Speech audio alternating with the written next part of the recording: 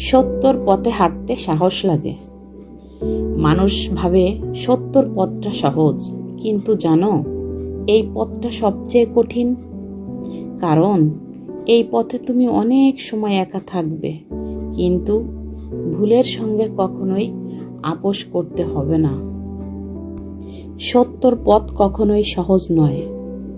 মানুষ সবসময় সহজ রাস্তাটা বেছে নিতে চায়, যেখানে মিথ্যা, ছলচাতুরি কিংবা অন্যায় থাকলেও সেটা সবাই করছে বলে স্বাভাবিক মনে হয়। কিন্তু সত্যর পথ নিঃস্ব, কঠিন আর ধৈর্য চর্চার। সেই পথেই হাঁটে সাহসী মানুষেরা, যারা একা হলেও সঠিক থাকেন। তোমার নীরব সৎ থাকা একদিন তোমার শক্তি হয়ে ফিরবে।